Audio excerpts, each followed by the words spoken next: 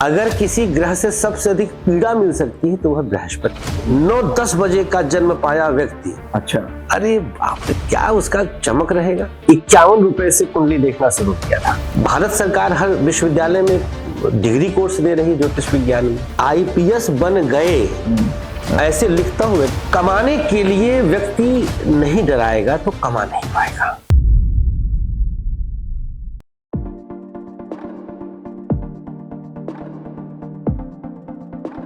नमस्ते, बात रस में आप सभी का बहुत बहुत स्वागत है। हमारे साथ में जो मुस्कुराता हुआ चेहरा बैठा हुआ है, इनको आपने मतलब नहीं देखा है अगर सोशल मीडिया पे, तो यानी आप सोशल मीडिया पे कम आते हैं।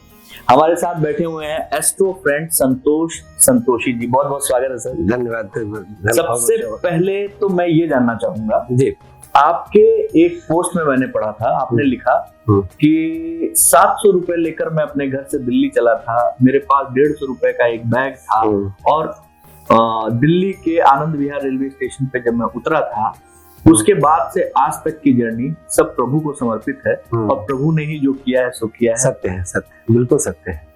ये जो जर्नी थी उस जर्नी के बारे में मैं जानना चाहूंगा, तो दर्शक जानना चाहेंगे, क्योंकि आपसे लोग रेमेडीज तो बहुत लेते हैं। बिल्कुल, कि संतोष संतोषी एस्ट्रो फ्रेंड है, आप बहुत दोस्ताना तरीके से लोगों को उनके समाधान बताते हैं, लेकिन आपके पीछे की जर्नी जो है बहुत कम लोग जानते हैं। बहुत कम जानते हैं। तो प्लीज आप आज वहां से शुरू करें। बहुत बेहतरीन आपने प्रश्न किया है और सच है ये कि लोग जानना चाहते हैं। अब तो हमें जिस रूप में लोग देख रहे हैं, जहां पर देख रहे हैं, वहां पहुंचने से पहले सच में बहुत पैरों में छाले पड़े हैं। मैं दिग्विजय बाबू बताऊं तो 2000 में जब मैं यहाँ आया, सक्षम था, पूरी तरह सक्षम था। पिताजी हमारे हिंदी के प्रवक्ता रिटायर हुए 2006 में। टांडा अम्बेडकर नगर, पहले फैजाबाद जो अब अयोध्या जी है उस जिले में आता था, अम्बेडकर नगर मायावती जी का जिला, छोटा सा शहर। तो सक्षम होने के बाद भी जब हम अभाव और संघर्ष प्रकृति की कृपा से अडॉप्ट कर लेते हैं, तो वो जो रास्ता तैयार होता है वो बड़ा मजबूत रास्ता होता है। हम सक्षम हैं। पिताजी हमारे ठीक ठाक प्रवक्ता, गवर्नमेंट कॉलेज में तो पैसे थे, लेकिन ना जाने क्यों मांगने का दिल नहीं करता था कभी भी। तो जब मैं यहाँ आया तो NIT साउथ एक्स से कोर्स करने के लिए आया था, सॉफ्टवेयर डेवलपमेंट का एक IGNIT करके कोर्स हुआ करता था। तो उसमें एडमिशन लेने हम आए थे इलाहाबाद से, ग्रेजुएशन करने के बाद प्रयागराज से, और फिर यहाँ आगमन हुआ। तो सच में 150 रुपए का ही बैग था, और जो साप्ताहिक बाजारों से ले लिए करते हैं हम लोग, और वही सड़कों से ही उठाते थे। तब कहाँ मॉल और कहाँ जाना, ये सब था ही नहीं, वही था।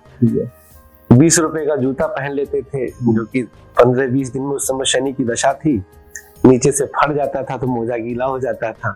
वो भी दौर था। वो भी दौर था, और छुपाते थे फिर उसको। और ये तब तक रहा है जब तक मेरी फीस 500 नहीं हुई। मैं 51 रुपए से कुंडली देखना शुरू किया था, 51 रुपए। और आज भगवती की कृपा से GST सहित अगर हम लेते हैं तो 11,000 रुपए फीस है। तो वो यात्रा जो रहा बड़ा आनंददायक रहा। लेकिन ये NIT से आप एस्ट्रो फ्रेंड कैसे बन गए? ये तो यही से हम विवश हो जाते हैं भाग्य को मानने के लिए। ये जो करवट है, एक कहावत हम लोग अवधि में बोलते हैं कि आपन सोचा होत नहीं, हरि सोचा तत्काल। ईश्वर क्या सोचा है, प्रकृति ने क्या सोचा है, वो आप फ्लो में बहिए, आप फ्लो में चलते रहिए। समय के साथ सिचुएशन को, स्थिति को अडॉप्ट करते रहिए, मुस्कुरा करके, हंस करके। ये ना कि खींच गए, अरे भगवान ही का दे दिया, नहीं, आप अडॉप्ट करते रहिए। हम उस चीज को एक्सेप्ट करते रहे। हमने UPSC की तैयारी किया, मेडिकल की तैयारी पहले वहां शुरू करिए। मेडिकल की तैयारी भी किए हम, ये CPMT भी दिए। जैसे यूपी बिहार वाले एकदम मतलब ये मैं ज्योतिषी बन गया। बड़ा रोचक एक प्रसंग आता है। मैं ज्योतिषी बन गया तो हमारी अम्मा कहीं कि तेरे बाबू काव बताई जब यह हवा हुई तो ऐसे हाथ देखा था। तो हमारे यूपी में लोग कहते हैं अरे तहसीलिया लगा तोता लेके बैठी। वो तोता निकालता ना एक चिट्ठी, तो भाग्य भाग्य वाँचने वाला। तो उनको ज्योतिषी बनने के बाद भी वो कहती रहे कि अरे खाली गोलियावक तो रहत है सीपीएमटी या फिर दे देख दाए। तो इतना भोलापन, उनकी मासूमियत थी, इनोसेंसी थी। उनको नहीं पता था कि प्रकृति क्या चाह रही है। मेरे इस प्रोफेशन को मेरे घर वाले बहुत बाद में एक्सेप्ट कर पाए।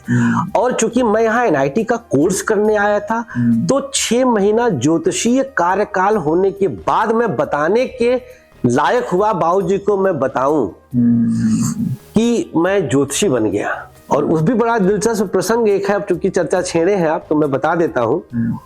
जब मैं ज्योतिषी बन चुका था तो पिताजी का पांव दबाता था मैं। अभी भी भगवती कृपा से पहुंचते हैं तो जरूर चरण सेवा करते हैं।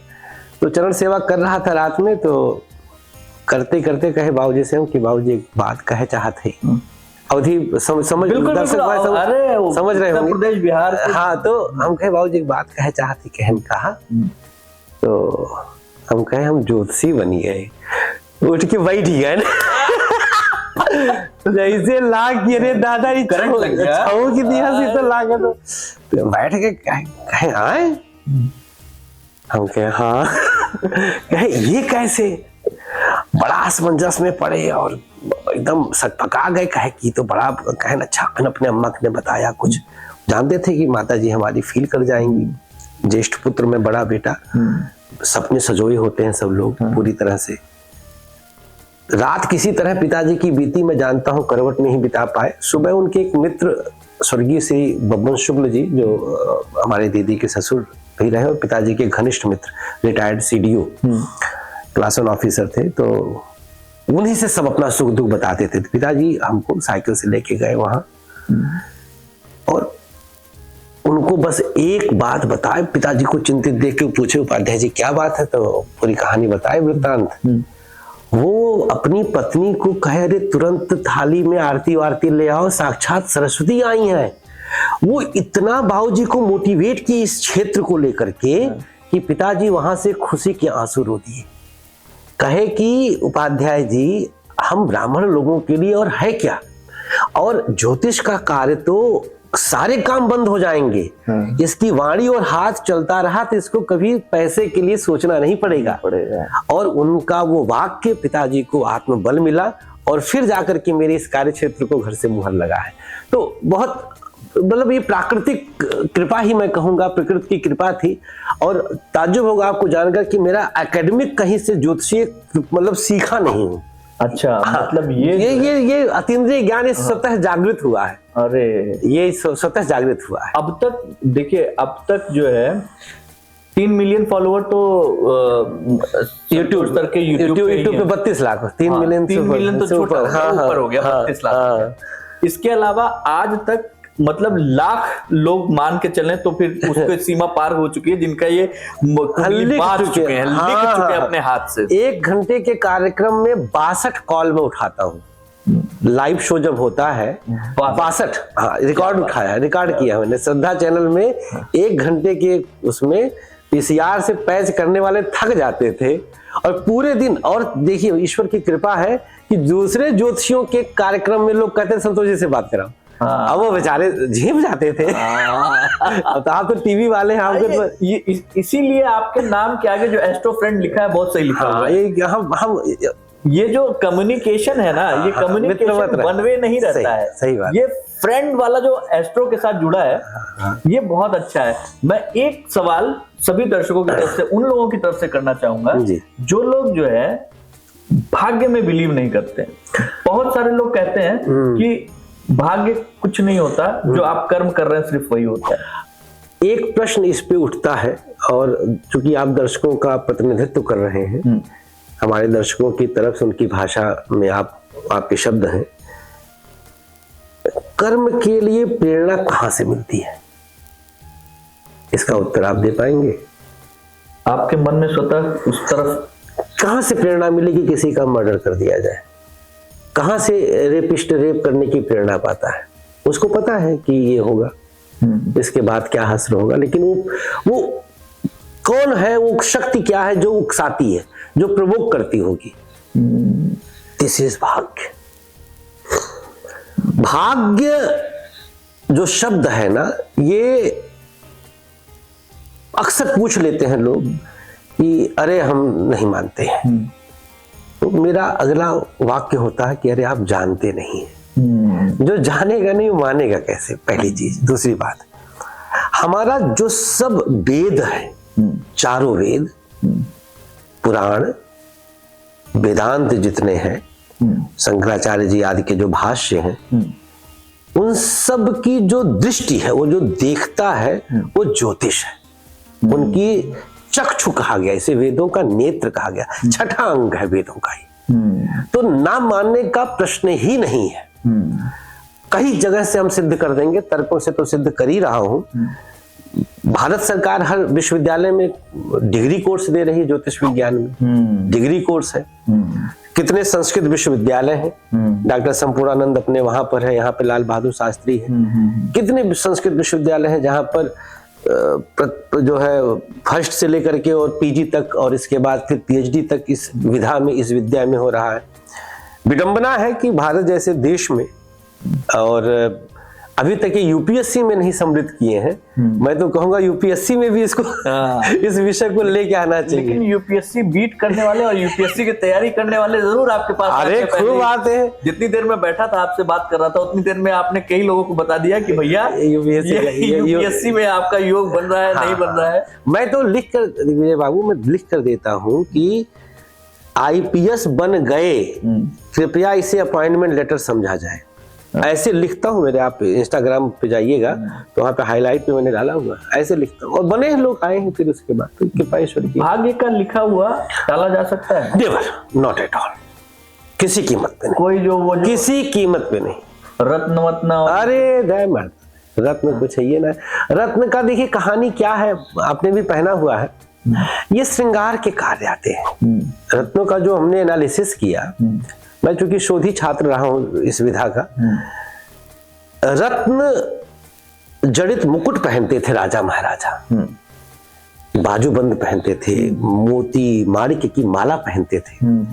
वो कौन पहनता था? राजा पहनते थे। अब जो ऑलरेडी राजयोग में जन्म पा गया, वो पहनकर सुंदर लग रहा है। अब एक रिक्शा वाले तू पुखराज पहराए क्यों का, तू थोड़ो बनाए पीबा कुछ, तो सवाल ही नहीं पैदा होता है। तो ये एक तरह से कहीं ना कहीं मेरा व्यक्तिगत शोध है। हालांकि आज भी तमाम हमारे समकालीन ज्योतिषी गण अभी भी उपचार में रत्न रेकमेंड करते हैं, लेकिन मुझे आज तक समझ में रत्न नहीं आया है कि रत्नों से क्या कुछ संभव है। तो रत्न अगर नहीं तो जैसे सपोज अभी दर्शक जो देख रहे हैं, सबके पास सबसे बड़ी दिक्कत होती है धन। हाँ। भाई किसी के लिए आर्थिक रूप से वो परेशान चल रहा है। हाँ। तो उसके लिए आपको अगर कोई सोल्यूशन देना हो तो आप कैसे सोल्यूशन देंगे? देखिए, जो अगर कोई आर्थिक रूप से परेशान है तो दो तरह से परेशान होगा। एक तो कुछ प्रकृति उससे लापरवाही करवा रही होगी, ठीक, जैसे 10 बजे सो के उठेगा, वो मस्तिष्क उसका कुंठित रहेगा, हमेशा वो बिल्कुल आलसी बन के रहेगा, चैतन्यता का अभाव रहेगा, एनर्जेटिक नहीं लगेगा। तो ये कुछ प्रकृति संकेत देती है। अगर उसके अंदर फिर कहीं से कोई ज्योतिषी हमारे पास अगर आया, आत्मबल से हम उसको जगा दिए कि भैया अब तुमको सुबह 4 बजे बिस्तर उठना है, छोड़ना है, तो अब 4 से 10, 6 घंटा उसके जीवन में एकदम से बढ़ गया। एकदम से बढ़ा 6 घंटा। अब वो 6 घंटे का कितना इधर उधर मेलेगा, कितना इधर उधर करेगा, कुछ तो क्रिएटिव कर सकता है, तो धन बढ़ना आरंभ हो जाएगा। तो प्रातः, अच्छा अब इसको हम एस्ट्रोलॉजिकली कनेक्ट करते हैं। अभी हमने प्रैक्टिकली कनेक्ट किया। ठीक है। सूर्य उदय से अगर हम पहले जागृत हो जाते हैं तो उसे कहते हैं कि प्रत्यक्ष देव की अगवानी करना। अब आप ट्रेन से पहुंच रहे हैं कहीं से और हम गुलदस्ता लेकर के पहुंच गए स्वागत के लिए, कितनी प्रसन्नता होगी, आशीर्वाद निकलेगा। तो सूर्यदेव आ रहे हैं, उग रहे हैं, सनराइज हो रहा है, आप अर्घ लेकर के खड़े हो जाइए। अरे गदगद। अब सूर्य बलवान हो गया तो आपकी आत्मा बलवान होगी, आपकी कुंडली का पंचम भाव बलवान होगा। पंचम भाव ज्योतिष में रुचि रखने वाला समझता है कि पंचम भाव है क्या। नवम से नवम पड़ता, भाग्य से भाग्य, भावात भाव फलम का सिद्धांत लगता पराशर ज्योतिष का। भाई साहब अगर पंचम भाव, मैंने एक एस्ट्रोलक्ष्मी करके मैं कोर्स चलाता हूं, पंचम भाव का सूर्य भले ही नीच का हो वहां पर, आदमी को मतलब अद्भुत फल देता है, अद्भुत फल देता है। और पंचम का सूर्य किसका होगा मैं ये भी बता दूं, जो रात में लगभग 9 से 11-12 के बीच में पैदा हुए होंगे। अच्छा। अब यहाँ पर एक आप हमारे दर्शक एनालिसिस कर सकते हैं, बात रस के दर्शक जो भी हैं, दिन में जन्म पाए लोग की तुलना में 9-10 बजे का जन्म पाया व्यक्ति और सोने पे सुहागा और शुक्ल पक्ष का हो, अच्छा, अरे बाप रे क्या उसका चमक रहेगा। क्या चमक रहेगा, क्या बात है। जोड़ घटा लीजिए आप, जोड़ घटा लीजिए तो मामला सेट है। रात का जन्म वाला। एक चीज जो मैं खुद पर्सनली देखता हूँ संतोष जी, हम कभी भी जाते हैं ना तो राहु केतु जो है ये हर एक पंडित, जो पंडित नहीं भी है, अगर ऑफिस में भी किसी के सामने अगर आपने हाथ कर दिया तो सबसे पहले आपका राहु और केतु जो है गड़बड़ चल रहा है, और शनिचर भी, शनि भारी होएगा। तो ये क्या वाकई ऐसा कुछ है या फिर जो है क्या? अब देखिए डराने के लिए इन केतु कम, राहु और शनि सबसे ज्यादा एक्टिव रहते हैं डराने के लिए। हालांकि मैं आपको बताऊं, जान के ताजुब होगा कि अगर किसी ग्रह से सबसे अधिक पीड़ा मिल सकती है तो वह बृहस्पति। ये बहुत यूनिक चीज बता रहा हूं मैं, जबकि दुनिया इसको सबसे सौम्य ग्रह मानती है, लेकिन आज कलयुग में बृहस्पति से ज्यादा पीड़ित अगर वो कुंडली में सही जगह पे नहीं है, मतलब अगर 6 भाव में है, 8 में है, 12 में है, एकादश में है और तीसरे में है, 6, 8, 12 एकादश और तृतीय, ये जो है एकादश 5 भाव, ठीक, इन 5 भाव में बृहस्पति बैठ जाए तो काव राहु काव शनिचर ये सबसे अधिक परेशान करेंगे। ये किसी को नहीं पता है। तो राहु केतु और शनि, चूंकि ये बहुतायत में प्रचलित हो गया कि शनि की पीड़ा है भाई अढ़ैया 7.5, ये मतलब ये हर कोई जानता, और मांगलिक, ये 3-4 चीजें तो ऐसा है कि एक वो सर्प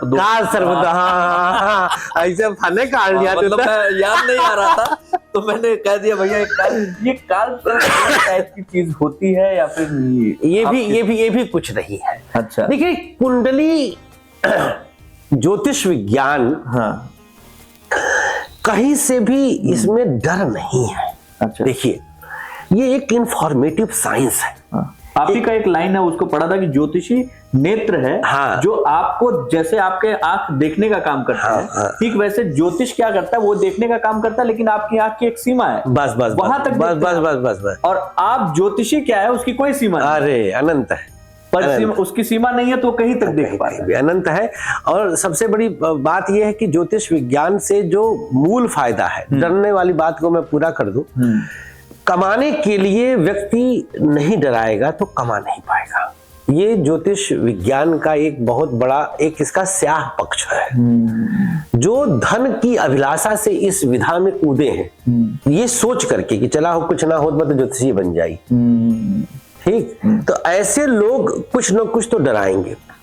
अब किसी ने बल्क में 1-2 करोड़ का पत्थर खरीद के रख लिया, ठीक, अब वो सस्ता पाया रख लिया, तो अब उसको हमेशा चिंता रहेगा कि माल पड़ा है बेचना है, तो कोई भी आएगा तो वो खोजेगा कि कहाँ हम निकाल दें पत्थर।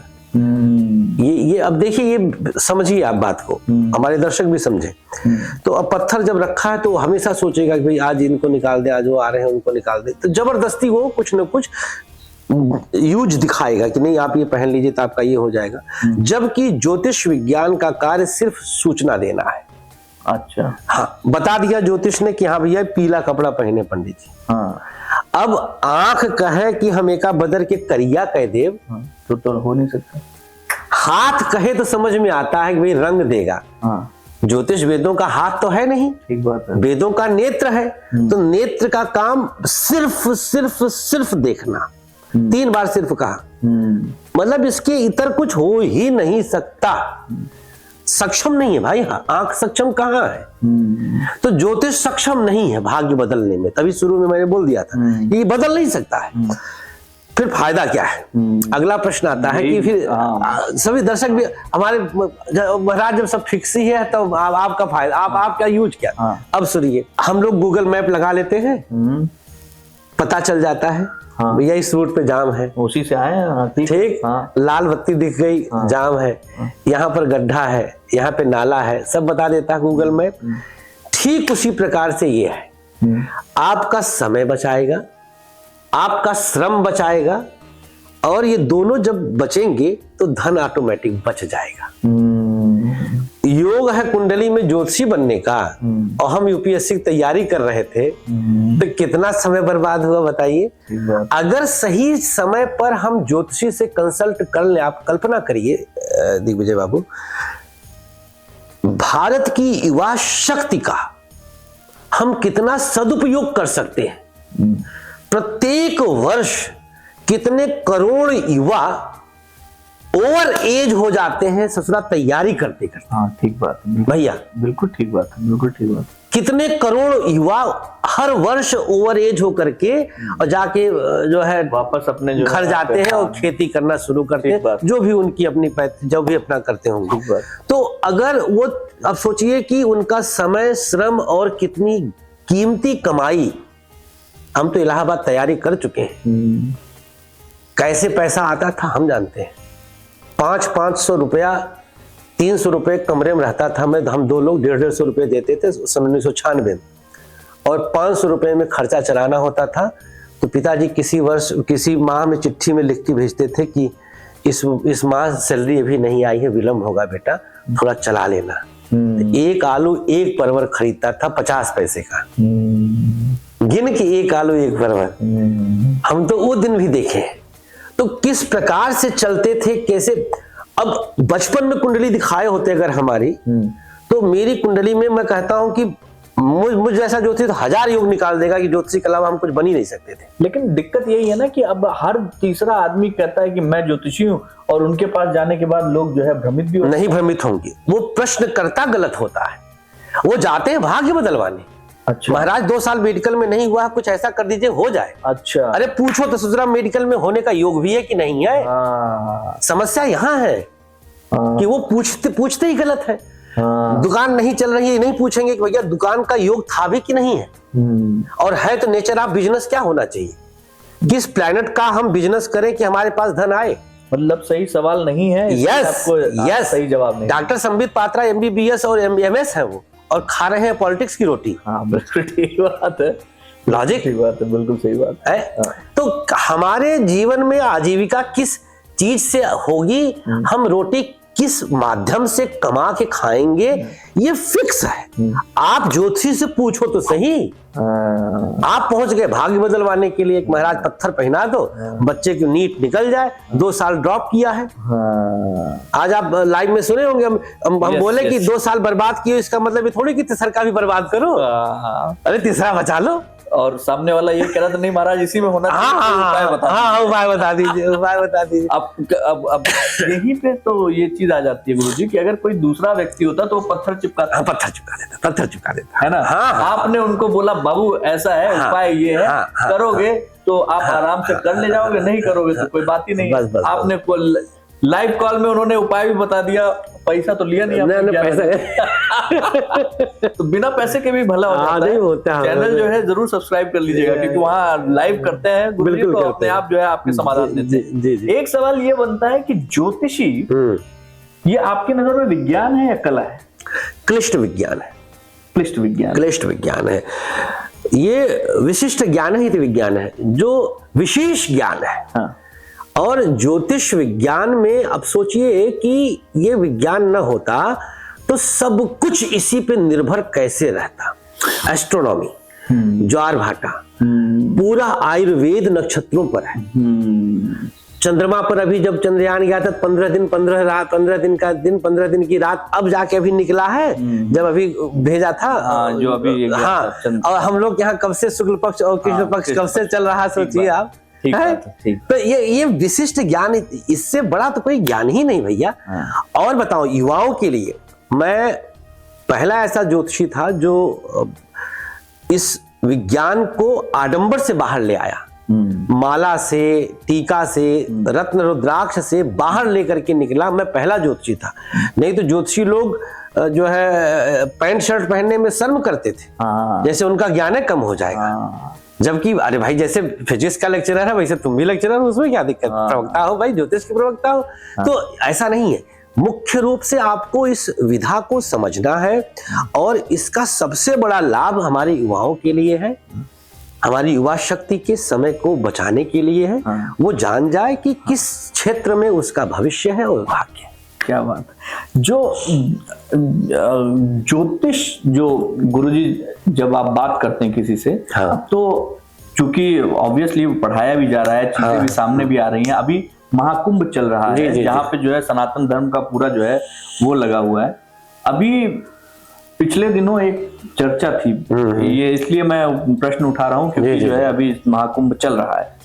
पिछले दिनों एक चर्चा थी जो वहां पे भगदड़ मची, कुछ लोगों का जो है वहां, मैं उस समय वहीं पे था। वहां पे थे आप उस समय? जी। उसके बाद से बयानबाजी बहुत सारी हो गई। धीरेन्द्र शास्त्री जी ने बोल दिया कि भाई जो मरे उनको जो है स्वर्ग मिल गया, मोक्ष मिल गया।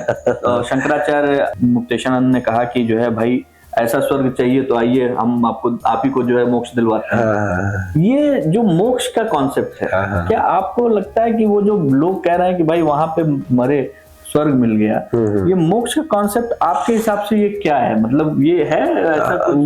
देखिए, इसमें दो उत्तर दूंगा मैं। एक तो ज्योतिष का एंगल लूंगा, जो हमारा मेन डोमेन है, और दूसरा जो हमारा सनातन और जो शास्त्र कहता है। ठीक है, दोनों डोमेन हम लेंगे। देखिए, गंगा तट पर मृत्यु तो दो मत नहीं कि महा महा महा परम सौभाग्य से ही मिलता है। आपको पता होगा कि हम लोग के यहाँ जब दाह संस्कार के बाद एक शब्द आता, फूला लेके जाते हैं हड्डी गंगा जी में। ठीक। तो वो फूला जो बोलते हैं, जो हड्डी अंतिम राख में से उठाते हैं, उठाया जाता है, गंगा में क्यों प्रवाहित करते हैं? इसीलिए कि मृतात्मा मुक्ति को प्राप्त करे। तो जो शास्त्री जी ने कहा, छोटे भाई हमारे हैं नीरेंद्र जी, उसमें तो दो राय नहीं है। लेकिन अब उसका राजनीतिकरण करना, मैं इस पर कोई टिप्पणी नहीं करूंगा। स्वयंभू शंकराचार्य जी के, अभी मुक्तेश्वरानंद जी के, उनके देने दिलाने से नहीं होगा। कुंडली में द्वादश भाव जो होता है, ये मोक्ष का होता है। अच्छा, द्वादश भाव। लग्न हमारा तन है, तन का क्षय, प्रत्येक भाव से द्वादश भाव उसका व्यय भाव होता है, उसका क्षय भाव होता है। तो तन का क्षय द्वादश भाव है। तो वहां पर स्पष्ट रूप से दो ग्रहों के बैठने पर व्यक्ति मोक्ष प्राप्त करेगा। एक नंबर पे केतु, दूसरे नंबर पे देवगुरु बृहस्पति। अगर किसी भी जातक के जन्मांक में दोनों ग्रहों का संबंध द्वादश भाव या द्वादशेष से है, तो एन केन प्रकारेण वो उठकर वहां जाएगा, जिस प्रकार से मोक्ष के लिए शास्त्रीय विधान है। कोटि कोटि मुनि जतन कराही, अंत राम मुँह आवत नाही। मरते समय प्रभु स्मरण हो तो व्यक्ति आवागमन से मुक्ति प्राप्त करता है। तो ऐसा शास्त्रीय विधान है। तो ये सबके बस का नहीं है, क्योंकि जब कहते हैं लोग कि जब प्राणांत होने वाला होता है, उस समय सारी माया ममता व्याप्त हो जाती उस जीव के, और वो बिल्कुल नहीं जाना चाहता है। कहता है कि हम अभी और रहें, नाती देखें, पोता देखें, ये करें, तो वो जाना नहीं चाहता। तो ये आपकी इस प्रश्न का उत्तर दोनों माध्यमों से मैंने दिया कि शास्त्री जी का जो कथन था, धीरेन्द्र जी का, वो बिल्कुल 16 आना सत्य है। शास्त्रीय कथन कहा उन्होंने, हालांकि जिस संदर्भ और जिस समय कहा वो थोड़ा अमानवीय लगा, बस इसे अमानवीय कहा जा सकता है, लेकिन गलत तो हम नहीं कह सकते। और ये वो तो खैर मीडिया में आ गए, लेकिन हम सब जो जिस कैंपस वगैरह में थे सब यही कह रहे थे कि चला मुक्ति पाए, मोक्ष पाए, या सब लोग कह रहे थे। तो उनका मीडिया में आ गया, बाकी हम सब लोग नॉर्मल। एक चीज आप बहुत बोलते हैं गुरुजी कि आपको जब भी समय मिले आशीर्वाद छीनना चाहिए। तो ये आशीर्वाद कितना महत्व रखता है किसी व्यक्ति को बड़ा बनाने में या उसके जीवन को आसान, उसके रास्तों को आसान करने में? देखिए, इसमें मतलब आशीर्वाद हर कोई पाएगा नहीं, है ना। आशीर्वाद तो है नहीं कि यहाँ पिस्टल लगा के दे रहे आशीर्वाद दे। ठीक बात है, आपको हो ही नहीं सकता। तो लेकिन आजकल जो यहाँ खोज के चल रहे होते हैं, चुना दिखावा वाला है। अच्छा, वो सच्चाई नहीं है। जिस आशीर्वाद की बात हम कर रहे हैं, आपने भी एक प्रश्न किया था कि भाग्य क्या बदला जा सकता है, यहां से उसको मैं कनेक्ट करूंगा। आशीर्वाद से भाग्य बदल जाता है। दृष्टांत आता है शास्त्र में कि मार्कंडेय ऋषि अल्पायु थे, शास्त्र में दृष्टांत है। और जब जन्म पाए तो उनके पिता, नाम विस्मृत हो रहा, मुझे नाम नहीं याद आ रहा, तो उन्होंने देखा तो त्रिकालदर्शी थे, मस्तक देखते ही समझ में आ गया। तो देवर्षि से पूछे कि भाई इसका, वो देवर्षि तो बहुत बड़े ज्योतिषी थे, नारद जी, तो उनसे प्रश्न किया कि भाई बताइए, तो पुत्र हमारा अल्पायु में है, तो कहे इसको आशीर्वाद दिलवाइए। तो एक जगह उनको कहा गया कि भाई यहाँ बैठ करके जो भी आए जाए साष्टांग तुरंत। तो अब जो भी आता जाता था, बालक थे ये, अपना पैर में अपना लेट जाए अपना। तो वहां से जब ये जो अपने सनत कुमार वगैरह ऋषि जब गुजरे, तो उनके भी अब अनायास मुंह से शतायु भव निकल गया। तो छोड़बे ना करे पैर में, तो फिर कह रहे उठो बालक उठो, आशीर्वाद है, 100 साल जियो। जब उठे तो मस्तक देखते ही अवाक, लेकिन वृथा न जाए देव ऋषि वाणी। अब वाणी कैसे जाएगी? तो प्रसंग आता है कि सभा लगी स्वर्ग में, और उनके 100 वर्ष जो थे, वो जो जीवन था उनका कुछ दिनों का, उसको स्वर्ग लोक के वर्षों में कन्वर्ट किया गया। तो दोनों की बात रह गई और वो अमर हो गए। तो ये आशीर्वाद की महिमा का दृष्टांत हमने बताया, लेकिन हर किसी के बस में नहीं है। ये भी भाग्य से मिलता है, ये भी भाग्य से मिलता है। किसी के आने पर कुर्सी से खड़ा हो जाना ये आसान काम नहीं है। देखने में आसान लगता है, किसी के चरणों को छू करके मस्तक से लगाना, वो खोसने वालों का तो घुटना छुआ जाता है। ठीक बात। लेकिन चरण रज जो होता है वो बड़ा मतलब कठिन है, वो आसान नहीं है।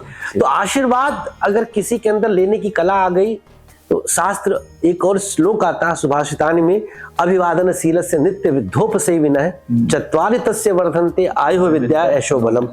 अभिवादन सबसे पहला शब्द आया, अभिवादन करने वाले का, अभिवादनशीलवान जो चरित्रवान है, और नित्य वृद्धों की सेवा करना। तो ये आशीर्वाद की जो स्लैब है, ये हर किसी के बस का नहीं, लेकिन हर युवा से हम आग्रह करते हैं कि अपने माता पिता का तो चरण छूने की आदत उसको, good morning dad, hello dad, अभी कहाँ से चल पाएगा? ठीक बात है, इससे आशीर्वाद नहीं मिलेगा। हम जितने लोग देख रहे हैं गुरुजी, ये हम जानना चाहेंगे कि अगर आप सरल तरीके से, अगर आप अपने आने वाले कल को व्यवस्थित करना चाहते हैं, सुखमय जीवन जीना चाहते हैं, कुछ ऐसे नॉर्मल टिप्स दे दीजिए जो आप अपने घर में मॉर्निंग नित्य क्रिया से लेकर रात को सोने तक के बीच में। देखिए, सबसे पहला तो टिप यही है कि आप प्रातः जब उठे तो सबसे पहले अपने दोनों हाथों को देख करके कराग्रे वस्ते अगर याद हो जाए तो इससे अच्छा कुछ नहीं। कराग्रे वस्ते लक्ष्मी, कर मध्य सरस्वती, कर मूले तु गोविंदा, प्रभाते कर दर्शनम, समुद्र वसने देवी, पर्वत स्तन मंडले, विष्णु पत्नी नमस्तुभ्यम, पादस्पर्शम क्षमस्व। तो ये याद है, ठीक है। ये गुरुजी का ही दिया हुआ समझ लीजिए आशीर्वाद है। तो ये यहाँ से शुरुआत हो गई। ठीक है, राजपूतों को कहाँ इसे याद रहता है। तो ये सबसे पहला कार्य ये करना है, पृथ्वी को स्पर्श करके चरण वहां पे भी आप माथे से लगा लीजिए। इसके बाद जितने भी घर में बड़े हैं उन सब के चरणों को एक बार हाथ लगाइए। ये हर हाल में होना चाहिए। तो ये पहला सूत्र हो गया। प्रातः सूर्योदय से 1 घंटा पहले बिस्तर त्याग, अब यहाँ पर मजबूरी होती, कुछ लोग कमेंट करेंगे नीचे, भैया आप देख रहे नाइट ड्यूटी हो, क्या करें। बढ़िया बढ़िया बढ़िया सवाल है।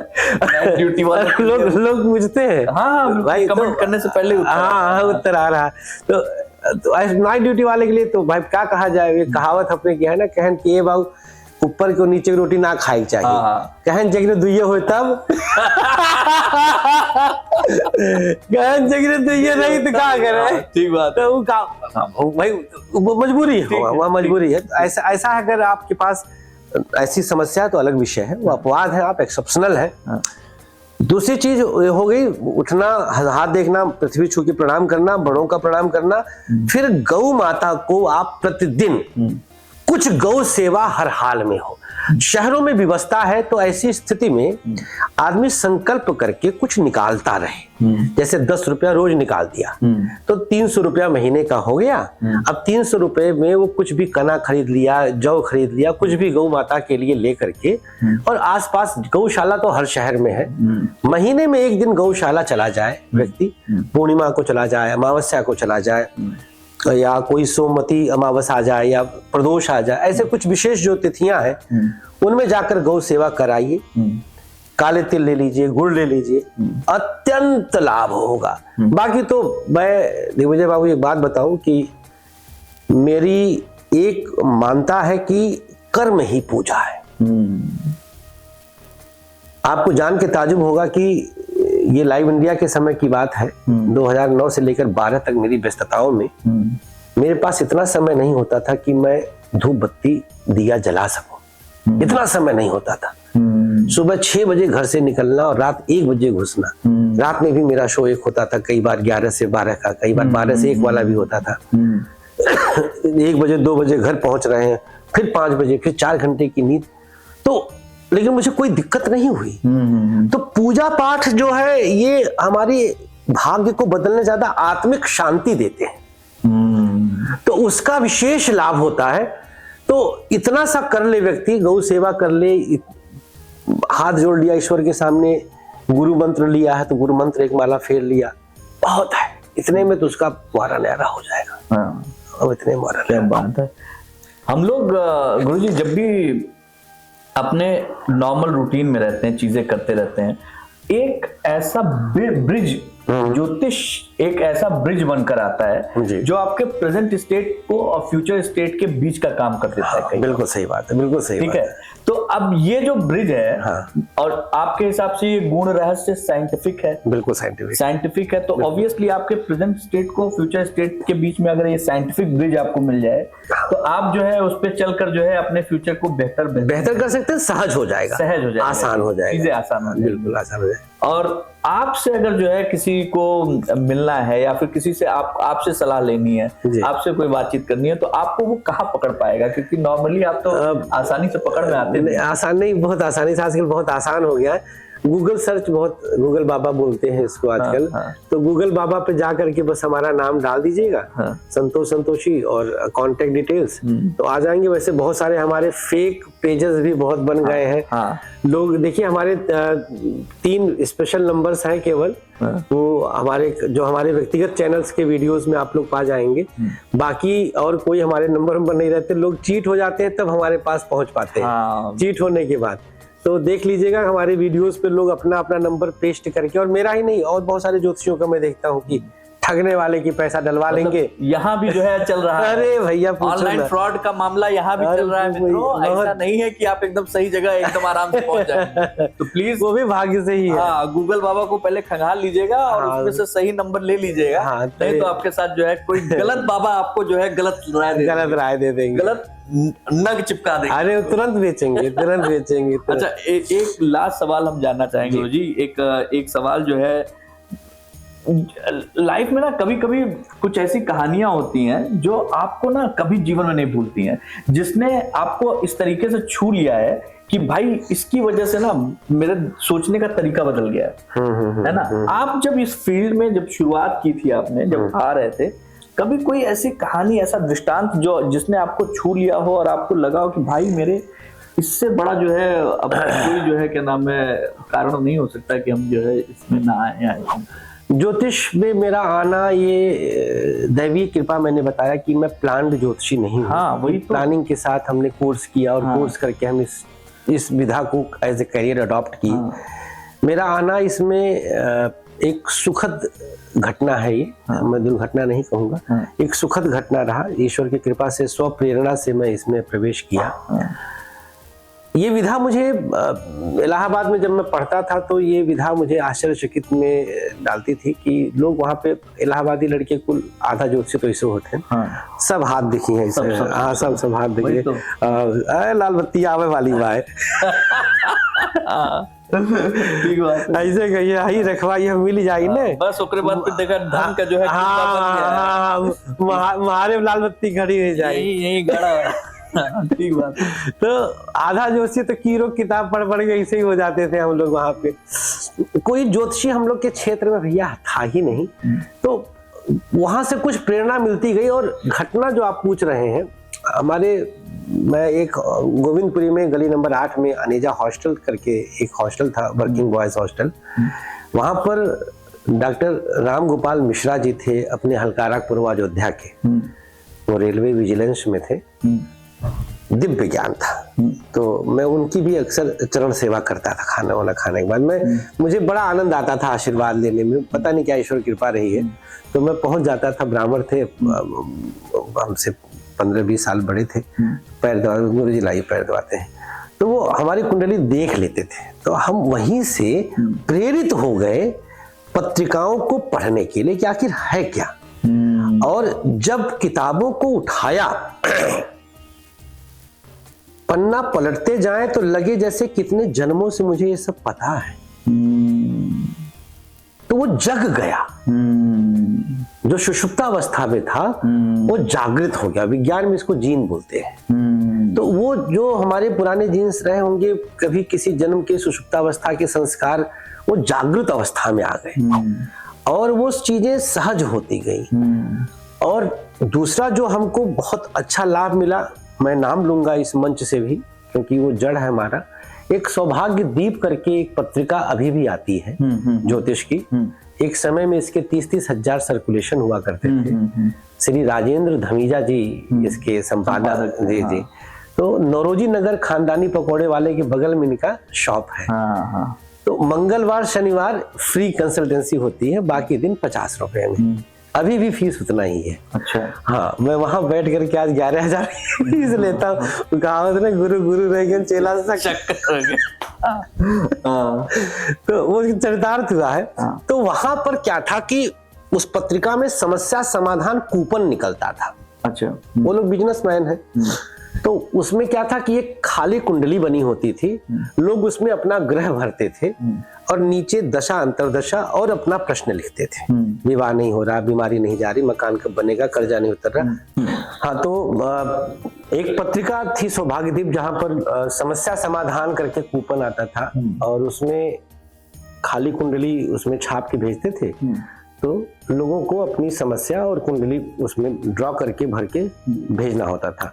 तो उसके साथ एक रिटर्न का लिफाफा। तो मेरा जब वहां पे, मैं सबसे पहले अपनी ज्योतिष की सेवाएं वहां पे एज ए सैलरीड एस्ट्रोलॉजर मैंने दिया था। जब लोगों की समस्याएं उन्होंने लिख दिया है और कुंडली सामने है, तो कनेक्ट करने में मुझे चंद सेकंड लगता था। एक कुंडली है, उसमें से समस्या खुद से निकालना है और एक समस्या व्यक्ति ने खुद ही, भाई डॉक्टर को बीमारी बता दो तो दवा 1 सेकंड में लिख देगा। ठीक बात है। तो वहां से मुझे इतना अभ्यास हुआ, मतलब जितना व्यक्ति 10 साल में प्रैक्टिस करके सीखता। मुझे एक शॉर्ट हैंड की लड़की दे दिया था धमीजा जी ने, मुझे उसको बोलना होता था, वो अपना लिख के प्रिंट आउट निकाल के और भेजती थी। फिर उसमें उपाय भेजे जाते थे, लोग मनी ऑर्डर से माल मंगाते थे। तो ये बिजनेसमैन ही थे। ये सौभाग्य मिथिला करके इन्होंने चैनल भी बाद में निकाला। अच्छा, धमीजा जी ने। तो वो बहुत बड़ा टर्निंग पॉइंट मेरी लाइफ का था एक्सपीरियंस वाइज। जबरदस्त अनुभव आ गया मुझको वहां से। करीब मेरे ख्याल से 50,000 कुंडलियां मैंने देखा होगा। हर महीने मैं वहां पे 6 से 7 महीने सेवाएं दिया। हर महीने 3,000 4,000 चिट्ठियां आती थी। भाई 35,000 सर्कुलेशन बहुत मायने रखता है। तो उसमें से 1,000 2,000 3,000, एक बार तो होली के आसपास, दिवाली के आसपास में 10-10 हजार चिट्ठी आती थी। सब वो कौड़ी ओड़ी मंगाने के लिए सामग्री होंगी। तब कोई डिजिटल सोशल मीडिया था ही नहीं। ये उस समय की बात है। वही ऑरकुट चलता था थोड़ा बहुत। खैर, तो उस समय से 2 चीजों से अनुभव गजब का हमको ईश्वर ने दिया। हमारा भाग्य प्रबल था उस समय, और वहां से जो अनुभव मिला उसके बाद तो फिर हमें पीछे मुड़कर नहीं देखने दिया। वहीं से फिर मैं अपने ज्योतिष कार्यालय की नींव वगैरह रखा। अभी एक सवाल उन लोगों के लिए जो अपने घर में बैठे हुए हैं और कुंभ का लाभ पाना चाहते हैं, तो ऐसे लोग घर पे बैठ के कैसे कुंभ का लाभ पा सकते हैं? देखिए, घर पे बैठ करके कुंभ का लाभ बहुत आसानी से लिया जा सकता है। 2 माध्यम है। तो आप गंगा जल लेकर के उसमें कुशा डालिए और दोनों सामग्रियों को बकेट में डाल के स्नान करिए। पहली चीज तो ये है। दूसरी चीज, अब कुंभ देखिए, खेल तो बाबू ये जगह का ही है। अमृत तो वहीं गिरा था। अब घर में तो अमृत गिरा ना है। ठीक बात है। तो जाना तो पड़ेगा। तो अब जाएं, अब अभी भी समय है जाने के लिए। जब आपका कार्यक्रम देख रहे हैं तो जाए। अब तो भीड़ वगैरह भी बहुत छट गई, तो जाइए, डुबकी लगाइए। गंगा तो पतित पावनी है। जब भी आप गंगा स्नान करेंगे, भागीरथी में स्नान करेंगे, आपके जन्म जन्मांतर के पाप धुल जाते हैं। ये भी एक स्टेटमेंट भी आया था कि गंगा वही नहाए जो पाप किए हो। पीछे आया था। तो खैर, पाप ना हो उसके लिए भी आप माँ गंगा में डुबकी लगा सकते हैं कि माँ हमारे मन को निर्मल रखे। तो जाना चाहिए। अगर आप जाते हैं तो आपको जरूर लाभ मिलेगा। वहां जाए, अयोध्या जी जाए, इसके बाद काशी विश्वनाथ भी वहां से नजदीकी है। तो जरूर टहलिए, घूमिए अपने समय के हिसाब से। कुंभ का मेन पर्व तो बीत ही गया है, लेकिन फिर भी जाके लाभ लिया जा सकता है। बहुत बहुत शुक्रिया, बहुत बहुत शुक्रिया संतोष। धन्यवाद आपका भी। एस्ट्रो फ्रेंड, ये बताना बहुत जरूरी है कि आज एस्ट्रो फ्रेंड के साथ बैठे हैं। और आप लोगों का अगर कोई सवाल हो या फिर कोई बातचीत करनी हो तो नीचे दिए गए नंबर पे आप बात कर सकते हैं। उसमें अपने सवाल छोड़ सकते हैं, कमेंट कर सकते हैं। हम आपकी कोशिश हमारी ये रहेगी कि सीधे जो है आपकी बात एस्ट्रो फ्रेंड से कराएं। बहुत बहुत शुक्रिया।